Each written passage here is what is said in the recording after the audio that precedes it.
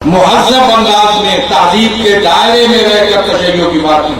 اس لیے میں آپ کو واضح کہہ رہا ہوں، دو کہہ رہا ہوں کہ ایسی بات جس سے مسلمانوں میں تفرقہ پھیلے اس میں کرنے کی آپ کو اجازت نہیں دی جا سکتی. یہ میں نہیں کہہ رہا ہوں، میں نہیں کہہ رہا. قرآن کریم کی جو آیت ہے اس کو غور سے سنا کرو. واعتصموا بحبل اللہ جمیعا ولا تفرقوا.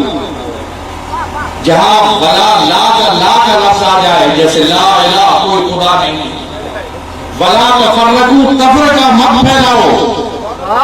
جیسے جھوٹ گناہ، چوری گناہ، زنا گناہ ہے، تفرقہ پھیلانا بھی اتنا ہی گناہ ہے، ممنوع ہے. لیکن اپنے اپنے عقیدے پر رہتے ہوئے، اپنی اپنی رسموں پر رہتے ہوئے، اپنی اپنی عبادتیں کرتے ہوئے مشترکہ باتوں میں اکٹھے ہو جاؤ اور ایک دوسرے کا احترام کرو، ایک دوسرے کے ساتھ محبت کرو، مل کے زندگی گزارو. ہم کو الگ گروہ نہیں ہے.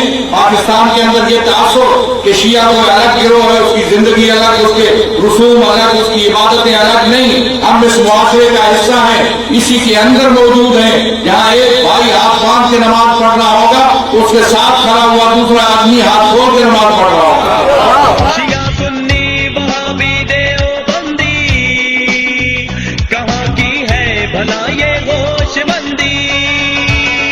پھر ایک صف میں کھڑے ہوتے نہیں کیوں؟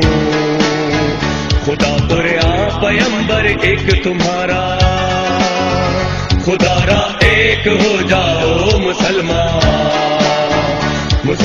ایک ہو جاؤ خدا را.